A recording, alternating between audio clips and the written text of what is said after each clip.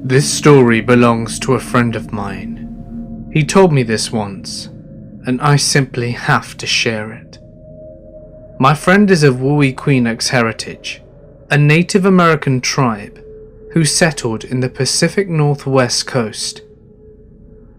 He is quite a character. For one, he is a whopping 6'10" and has the blackest eyes that you could imagine.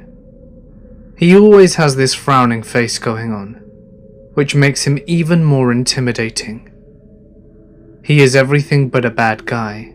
In fact, he is the most gentle of giants. He was working at a gas station up in North back in 1992.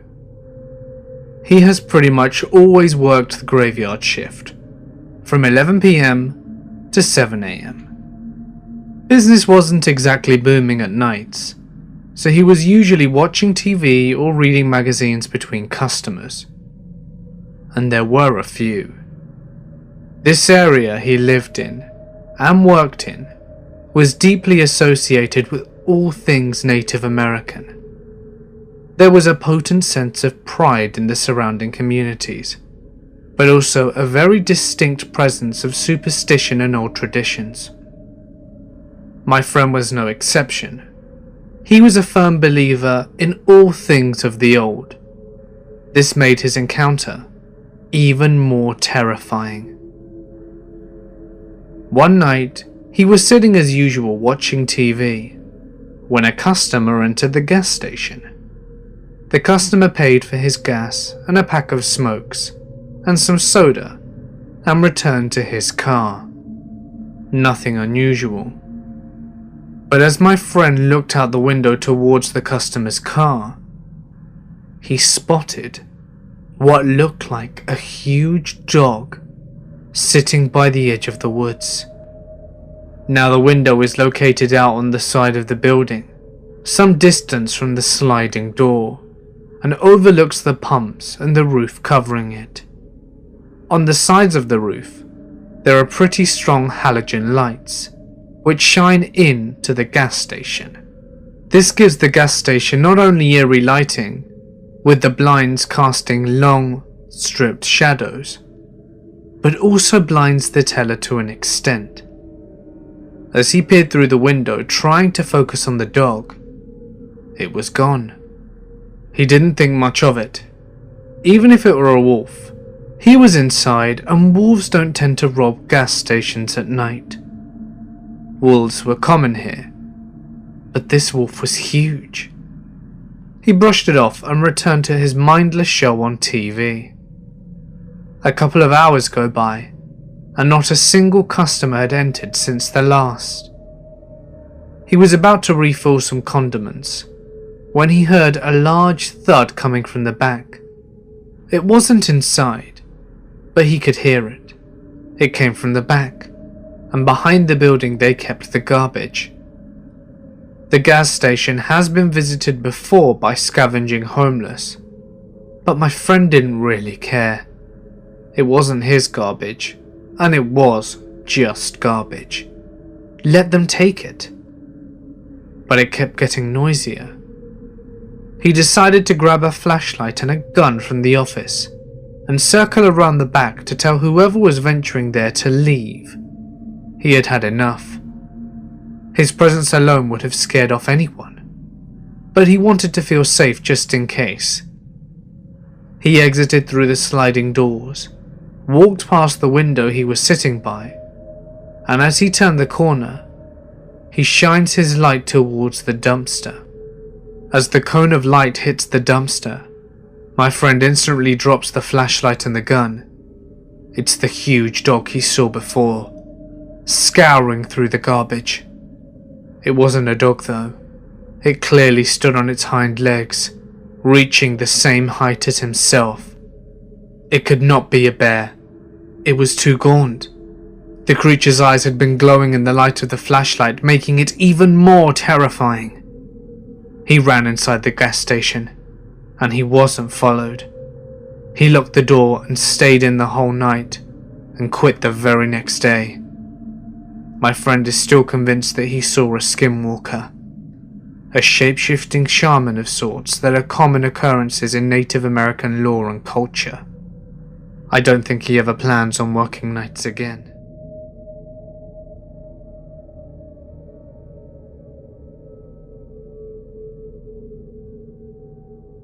Not long before the summer of 1996, my parents decided that I was going to summer camp. My input was not taken into account. I was overweight, becoming more so every day. They thought spending some time in the great outdoors was going to fix all of this. I did have one friend, Max. My parents convinced his mum and dad that Max should accompany me. Max was overweight like I was, and he hated the idea just as much as I did. We begged and moaned to our parents, but it didn't make a difference. Max's parents had a home in Val, and they decided to go on a camping trip in Colorado. Calling the camp rustic was a gross understatement.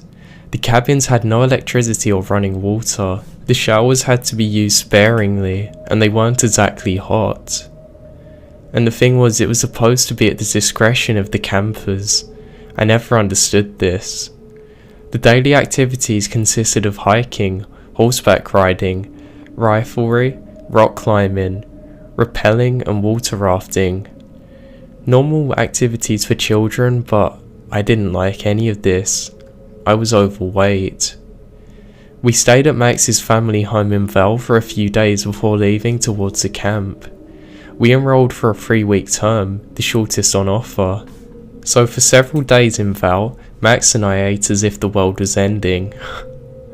With any luck, we would come back to our parents only slightly less fat than before when they hatched the plan to begin with. So there we are, we just arrived at the camp, streamer trunks full of clothes and assorted equipment.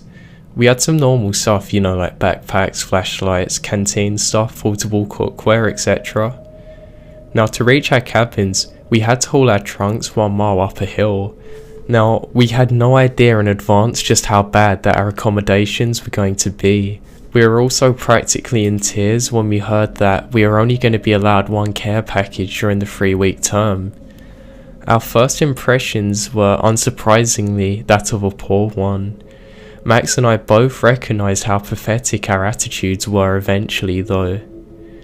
Our distress quickly disappeared. However, many of the kids in our cabin had similar tastes in music and movies, so we quickly became friends. Our counsellor was a stout hippie named Storm. I don't recall his age, he was likely in his mid-20s. He was a really nice guy, and we just all talked to him straight away. One of our bunkmates had a little more difficulty settling in. He was called Dustin. He was a runt, thin, pale, and sticky looking. We initially thought that he was just painfully shy and that he had some kind of anxiety, but thereafter we realised that he was just weird. He was glassy-eyed and almost looked otherworldly. We did try and connect with him initially, but eventually we just let him fade into the background. Now at night, we would lie in our beds and tell stories for about an hour or so before falling asleep. At this time, Dustin engaged in a weird routine. He would leave the cabin and go walking in the dark. The terrain was very diverse. There was lots of ditches that were actually a few feet deep. There were bear sightings every so often. Now I'm quite sure that there was no shortage of other weird creatures out there, and for some reason, Dustin had his best interest in roaming around there with them. None of these complications deterred him though. Oddly, Storm took no issue with it. "Do your thing, man," he would say to Dustin routinely. About a week or so into our 3-week term, we went on cabin campout. This consisted of an elder of the boys teaming up with the younger cabin. The age range was from 8 to 17 years old, hiking anywhere from 20 to 30 miles away from the cabin and then coming back. Storm was bouncing with the opportunity. He had the perfect spot. He went on to describe a valley that was absolutely bouncing with colours. There was loads of wildflowers everywhere, and it was just beautiful. He called it Horse Mountain. Now we're all fairly certain that this was a product of drug-induced fantasies, but Storm proved us all wrong when he led us to the exact location just like he described. We explored during the day, and at night time we would huddle around a fire, eat dinner, tell ghost stories. On the fourth night, we implored Storm and Dave, the counsellor of the older boys' cabin who accompanied us, to tell us about skinwalkers. For those of you who may be unaware, there is a legend that the spirits of deposed and murdered Native Americans would disguise themselves as animals and seek revenge by indiscriminately attacking anybody who come across their path. So these are skinwalkers. The counsellors refused initially. The camp had apparently fielded numerous complaints from parents that younger campers were being scared to death by the ghost stories.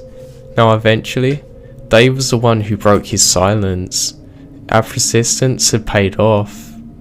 As he began his story, Dustin, maintaining his weird attitude, began standing up, walking around, and Storm called out to him, "Dude, would you at least take a lantern so we can see you?" Dustin obligated and slunk off. The little light from the lantern was becoming dimmer and dimmer as he made his way across the valley. Dave resumed the story. We sat there, mesmerised for what seemed like a very long time. We all sat there, both captivated and scared, till eventually the story came to a close. We just sat there in silence for a few more moments. Then, we talked for a while when Storm abruptly said, guys, where's Dustin?" We were so caught up in the story that we paid no attention to where Dustin was going. We looked in all directions but saw no tiny light jogging off in the distance. Alright, he probably just turned off his lantern. Wait till he gets back up here, Dave reassured. So we waited for an hour, then another hour. Nothing. At this point, we broke into 3 groups. Max and I attached ourselves to Storm, and we set off down the valley. "I bet Sleepwalker got him," Max murmured. "Stop that," Storm snapped back. It was the first time I'd ever seen Storm say something like that. He'd never been foul before. At this moment, I realised that Dustin could be in serious trouble. We all looked throughout the night. A feeling of panic befell all of us as the sun began to rise. Storm and Dave argued. They should never allow Dustin to go off on his own.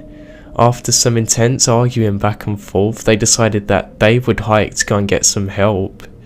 We all sat there in this terrifying silence and we waited for his return. He come back hours later with law enforcement and mountain rangers in tow. They asked us questions and then instructed us to return to the camp. When it got out how that they let him walk off unaccompanied, the ranger was disgusted. Another was in absolute rage. We then rode by van back to the camp. Storm was asked to leave. Now I don't know if he ever got into legal trouble, but I knew Counsellor Dave wouldn't say anything about what happened to him. Now 3 weeks passed and Dustin was not found. The authorities were able to track him up to a certain point, but then it vanished. I regretfully confess that things returned to normal for me and my bunkmates fairly quickly. We were remorseful that a kid our age was missing, but we felt little to no connection with him. We were compelled by the adults around us to try and forget about what was happening and enjoy the rest of the summer. Max and I enjoyed our time there so much that we asked if we could stay for another 3 weeks. Luckily, the camp had the space to accommodate us. Our parents were absolutely gobsmacked but overjoyed. So one day, I was playing football with Dave and got to a group of campers. There was a long field we used for sports which dipped down into a deep integration ditch which was 5 to 10 feet deep. Woods laid beyond that. There was not a cloud in the sky. Dave was a quarterback. He was crouched down ready to snap when suddenly he straightened up and squinted into the distance. "What the hell was that?" he muttered under his breath. "Hang back guys," he commanded and began walking briskly towards the integrated ditch. We looked towards the woods and saw nothing odd. There was a strange dark colour mass waving at the edge of the ditch. It would kind of poke up for a second, then quickly dip back down the bank repeatedly. We really couldn't make out what this thing was. We then disobeyed Dave and made out after him. He stopped about 10 yards from the ditch. We went up to him. "Is that an animal?" the campers asked. "Guys, get away from here, that's not an animal." Slowly, the form revealed itself to be a person. It was on its hands and knees. Its back was arched and it had an attempt to stand up but fell straight down. Finally, it did stand upright. It swayed on weak legs. It was small, like a woman or child. It was completely covered in mud, presumably from trying to get up the bankment. "Oh my god," one of the campers whispered. It was Dustin. He was covered from head to toe in mud and blood. There was a gash on his forehead that extended from his temple nearly over to the other side of his head. I will never forget that haunting black silhouette against the backdrop of the clear blue sky. Aside from the gash on his head, all we could see was the white of his wide screaming eyes. Dave approached us. Dustin slowly extended a hand. As Dave touched his shoulder, Dustin let out an ungodly scream. He then collapsed on the ground, sobbing and screaming. "Go get help," Dave shouted. An ambulance rushed to the scene and later took Dustin to a nearby hospital.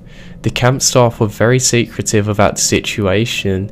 We pled with them to tell us something, anything about what happened. He was a Mountain Dew junkie, so we piled him up with Mountain Dew, but he still wouldn't say. Suddenly, "Look," he said, and beckoned for all of us to sit around him. "I know what happened to Dustin, I won't lie, you know that. But if I could take back what happened, I would. It scares the hell out of me. I'm not gonna share it with you, that's the end of." We felt the gravity of his words. We continued to talk about Dustin amongst ourselves, but stopped appealing to the adults. Initially, we were almost certain that it was something supernatural like a Skinwalker perhaps. As time went on, Max and I consoled with each other the idea that Dustin may have been abducted. He lacked the supplements he needed to treat the water for gangrene and other stuff, so I doubt he was able to survive on his own. Did he stumble upon the wrong person, or wrong people by chance? Maybe somebody deliberately released him this way. I don't know. Max's mother knew Dustin's parents as they're all part of a small community in Val. Many years later, she told us in addition to suffering from shock, Dustin had severe burns on his body that doctors thought were the result of being doused with boiling water repeatedly. His appearance back at the camp 3 weeks later after his disappearance is also a mystery, but it also seems to point to the wickedness of others. Maybe he was returned to show us how bad he suffered. Over the years, Max and I remained friends and we returned to the subject at odd intervals. One time in high school, I brought up Dustin while having dinner with Max and his mother. She made an offhand comment about some people don't have the parental instinct. I pressured her about what she meant.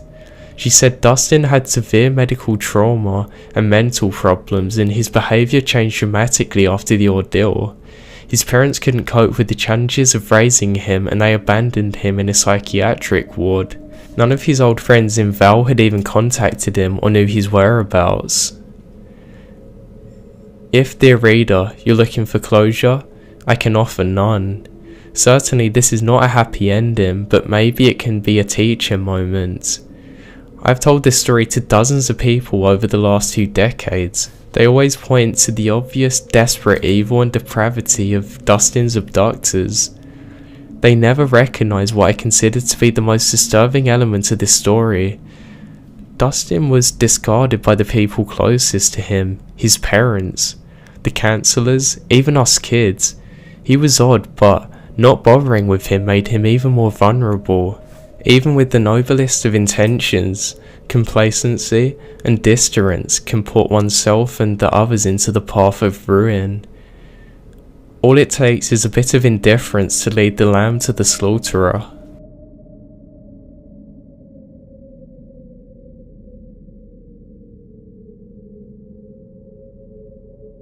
A Navajo tribal police officer was driving west on what used to be officially named Highway 666. It was lightly snowing, maybe a quarter of an inch, which was a lot of snow for home, and he sees an old woman walking on the side of the road. How she got there or where she was going was not apparent, because she was so far into the middle of nowhere. He didn't see her right away, but as he passes he noticed that she's dressed in traditional clothing, a shawl, dress, and her hair is in the traditional bun. Not too odd. Many elders still choose to dress traditionally. But why was she out in such cold weather, and at this late at night? Hitchhiking maybe. He passed her too quickly, and now had to turn around. As he made a U-turn, he notices that she's nowhere to be seen. This is a fairly flat terrain, and he's sure that he's seen an old woman walking. He pulls the squad car over and steps out with a flashlight. Confused, he manages to find the woman's footprints in the shallow snow.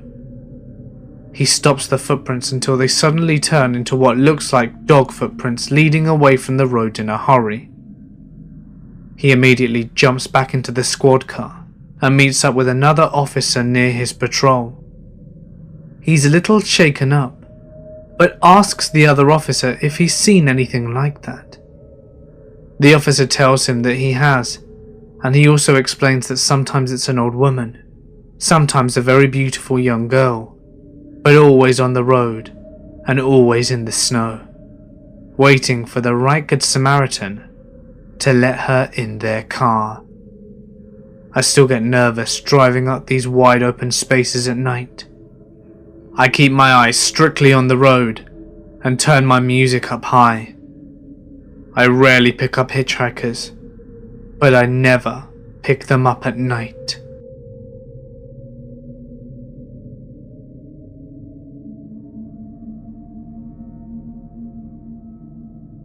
I've always been a bit of a skeptic, ever since I was a kid.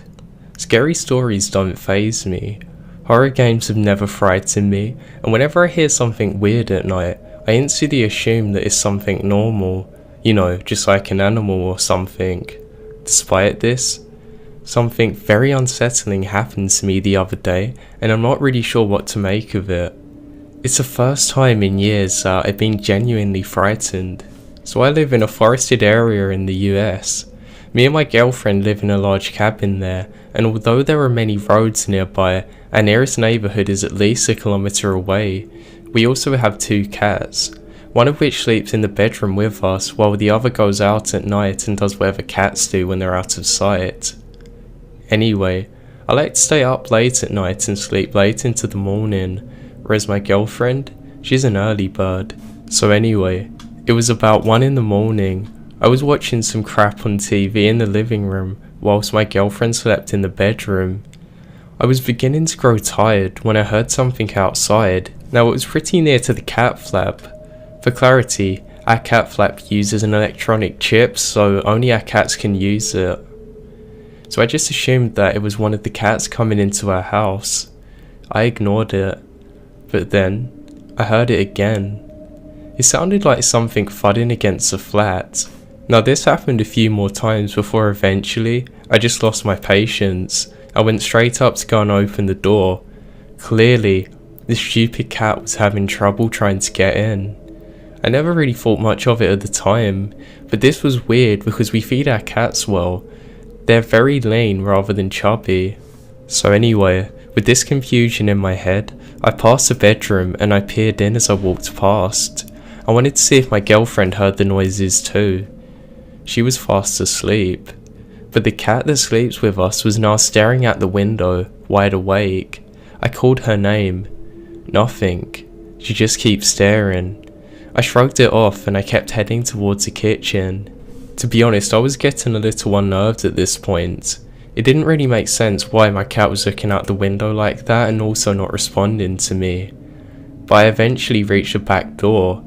There, I saw a dark shape through the translucent cat flap.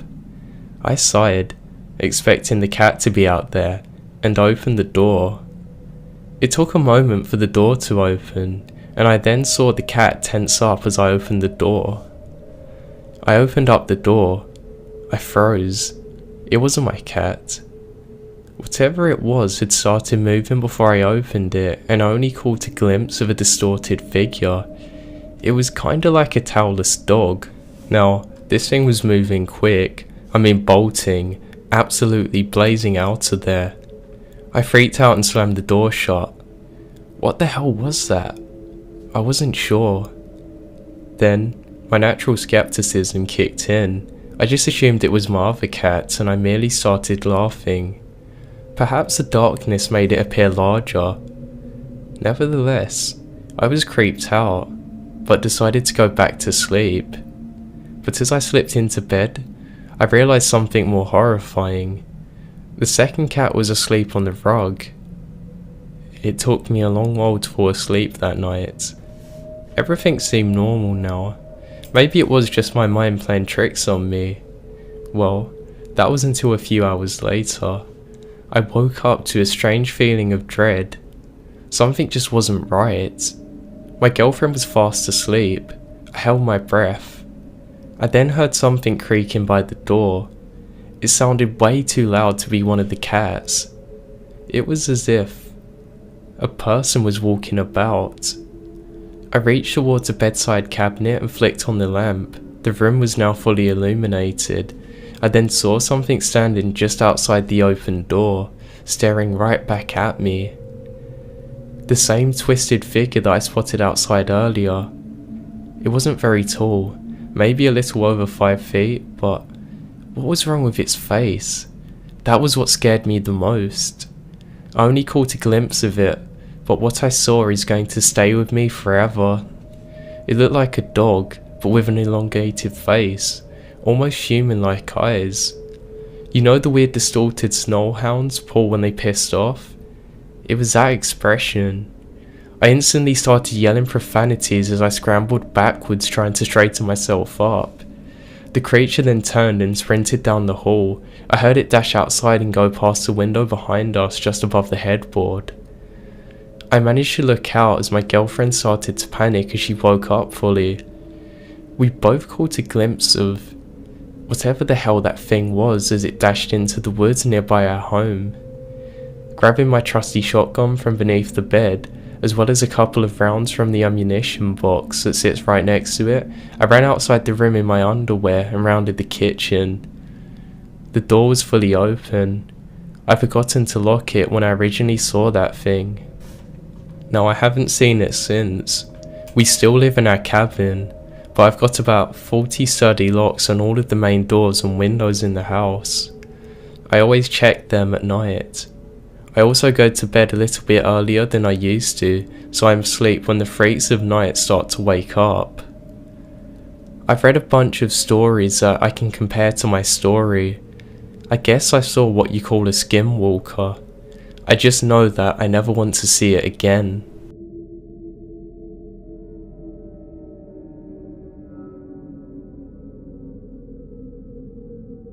My grandfather told me a story once, as we sat around a campfire in his backyard. In the cool night of the Arizona desert, the horizon was clear, and each star twinkled in a purple sky, with a full flat moon hanging over the mountains. His voice was raspy and gravelly, the result of a lifetime of smoking cigars and drinking whiskey.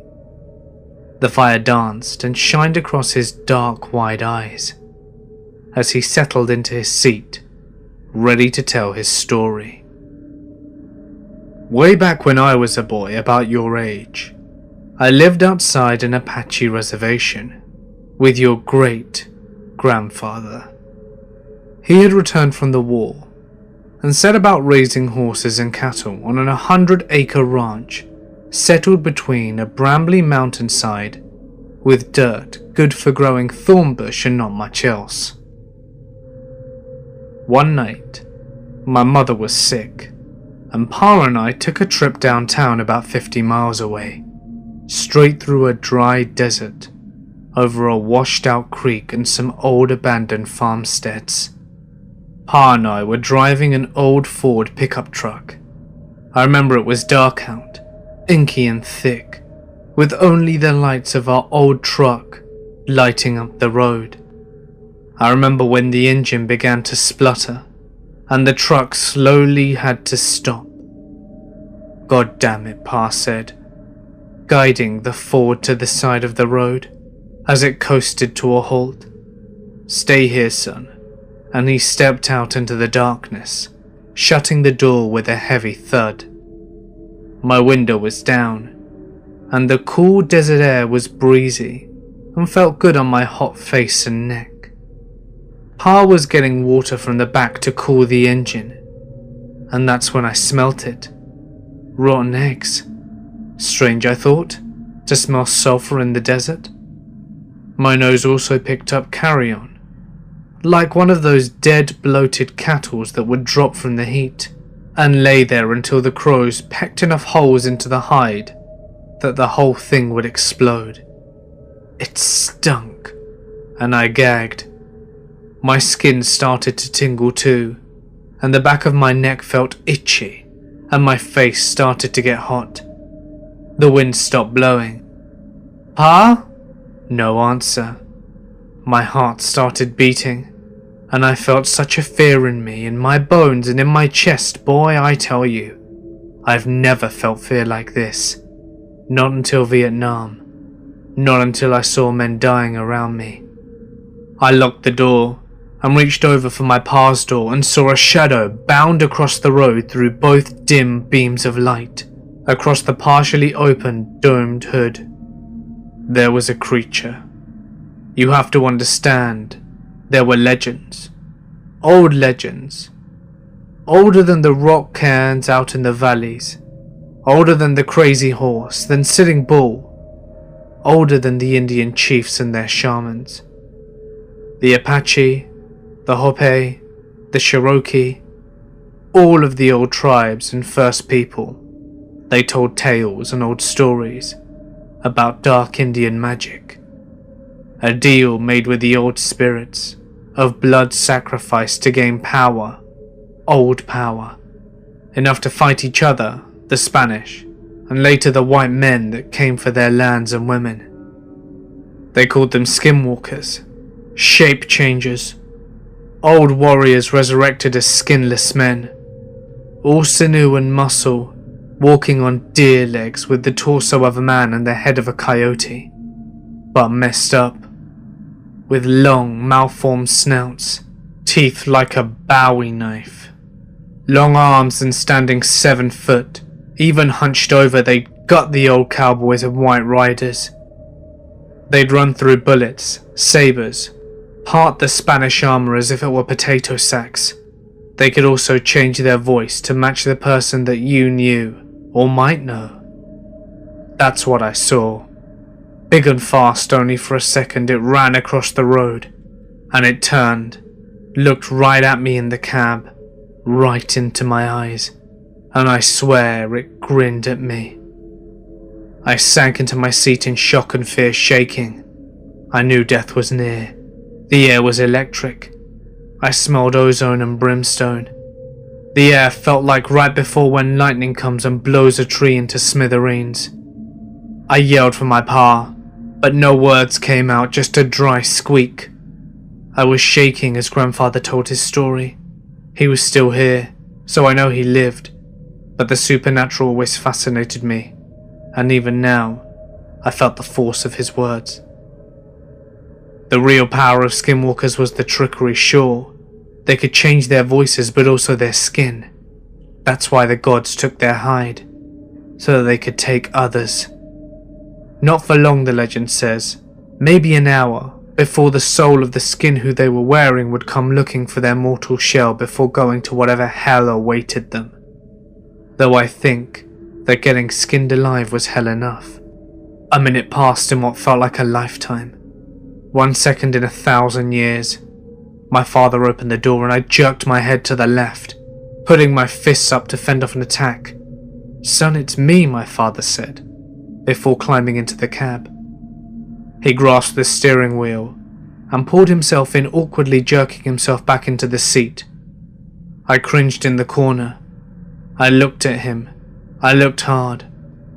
Boy, your great-grandfather was a good man. Treated me and my ma right. He fought the Nazis and saw the worst of the men in Poland when he freed all them camps. And now I was taking his measure. Is this my father?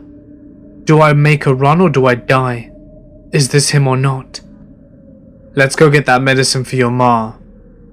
As he pulled the truck into gear and pulled it out onto the road, and our trip resumed. I guess it was him after all, my grandfather said. But how did you know? Was it because he said something about your mum? No, boy. I knew because out the window, out of the corner of my eye, I saw the beast running 50 miles an hour right next to the car, looking at me with those yellow eyes and a grinning mouth. I looked and saw it, hunched and angry, running next to us. My father kept his eyes on the road, locked straight forward. He said to me, "Son, don't look at it. Don't look at it." And that's how I knew.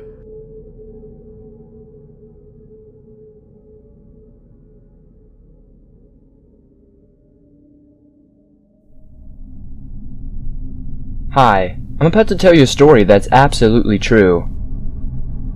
My grandfather lived in Mighton, Utah, and he told stories about skinwalkers and how they could take form of any animal or anyone you knew. I asked him one day, "Did you ever meet one?" And he told me, yes. I asked him when. A very long time ago, before you were even born, before your mother was born. It was when I was young and foolish. I went to the valley, the Skinwalker Valley. It's a valley where life never enters, not even the crows. The very guardians of death will never go there. They too fear the evil that lives out there. He continued with his story. I went out there to show people that nothing evil existed in the valley, nothing but their fears, but I was wrong. He went on that he had gone to the Skinwalker Valley in his old red Ford truck to prove to everyone that what they thought they knew were just stories used to scare them. When he reached the valley, he remembered the grass was black, as if it had been burned and survived the fire. The trees looked dead, but were still alive. He told me he had seen a house not far from where he stood. It was an old house, and its roof was caved in. The door was gone, so he walked towards it, and there were strange marks on the side of the house. Animal skeletons were strewn all about the property, as if there were a sacred burial ground. Then he heard her, his grandmother. She had died a long time ago, but he heard her. The spirits were calling for him, for his life, for his skin, for his blood, and for his soul. They were the lost souls. They could change form from man to beast. They chased and scared him, and told him that they would never forget him. Whenever I visited my grandpa, he would show me something that was brand new, but had been broken the next day. These spirits would kill his animals, so he finally stopped keeping his dogs outside. It got to the point where I snapped at him, telling him that his stories were lies. I told him to prove it. He turned around, pulled his shirt up, and all I could do was gasp. I look at his back. It was torn here and there. Not one part of his back was unmarked. There were wide claw marks, too straight and too far apart to be made by any human. I was scared and started to cry. I remember my mother running to see what was the matter. She screamed and ranted at Grandpa as he told me. She screamed and ranted at Grandpa as she told me. She screamed and ranted at Grandpa as she held me. But he did nothing but stare at the field across the road from his house. She finally gave up and carried me inside. But as I looked over my mother's shoulder, I saw it. A large, black dog with white eyes. It was watching Grandpa, and he was watching it as if he was waiting for it to attack him. It never did. I never saw that dog again. My grandpa died 2 months later. The doctor said his heart gave out, but I knew that was a lie. His arm had fresh claw marks. That was 42 years ago. No one has ever believed me, but it's a true event, so I'll tell you that the world would know. Never look into a skinwalker's eyes. It will never forget you. If you do, sooner or later it will have your soul. You can fight and refuse to give in to a skinwalker's power. But if that's the case, then I hope you're not afraid to die.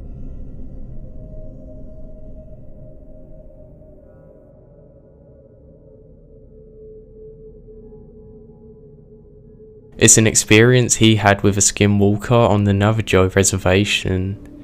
When I was about 11 or 12, we lived in a small house made out of mud and stone, a lot like the house we have now. It was 2 of my brothers and I in the house at the time. Everybody else had gone to James Fest and that left us to tend to the sheep. We were getting ready for bed when we suddenly heard the dogs going crazy outside. Thinking it was nothing more than coyotes howling in the distance, we just told them to be quiet. We began to drift off into sleep and the dogs would not shut up. Somehow, I was able to go to sleep for a few hours. Then I woke up later into the night. It was very quiet and still in that house, save for my brother snoring and breathing. I realised soon that I needed to use the outhouse and woke up my brother to take me there. He teased me about being scared, which I certainly was. We went out with our flashlight to the outhouse. The dogs began with their crazed barking and started snarling. They were going from one place to the next, just rushing to the bushes. I was now waiting for my brother to come out of the outhouse as he went first. While waiting, I tried to follow the dogs with my flashlight. Suddenly, there was a very loud whine from one of the dogs. Then everything went quiet. It was really too quiet for that time of year. Not even the sheep were making noise. Suddenly, I heard a few of the dogs going completely mad by the truck. When I looked over, there was this man. He was unbelievably tall, leaning one arm on the cab roof of the truck. He was looking at the dogs a little, suddenly kicking one of them. They all scattered into different directions. The thing then looked up at me and I saw its face. It was a pure white face like a full moon, with 2 burning red eyes, a slight smile that was pure black. I couldn't move or make a sound. This thing, whatever it was, then began making very tall long strides towards me, until it finally towered over me. As soon as it approached me, all I could see was a colour of blood red. I kept getting deeper and deeper lost into its eyes. I could faintly hear my brother coming out of the outhouse. With this, the thing looked up at him. Reality came rushing back to me. I noticed that my brother was too distracted with his buckle to realise what was going on. I then realised that this thing had its horrible looking, long fingernails, just inches hovering above my head. Its skin was black ashy, and it smelled like a bloated dead animal in summer. I was still unable to move or speak. The skinwalker began moving towards my brother now. Finally, noticing this, my brother became just as paralysed as I was. Closer and closer it drew, reaching an extended arm out towards my brother's head. Suddenly, something finally snapped in me. I became unbearably angry. I broke from my trance and lunged at the skinwalker, raising my arms like a wild animal, baring my teeth at it. A growl came out that I knew I couldn't have made normally. I became more and more angry at the thing trying to hurt us. I kept that smile at first, but the angrier I got, the more my smile faded. Finally, with everything I had, I began to make this primal roar at it. It fell backwards and ran away into the night. The next morning, my family returned from the fest. After replaying the story to my parents, they quickly hired a medicine man.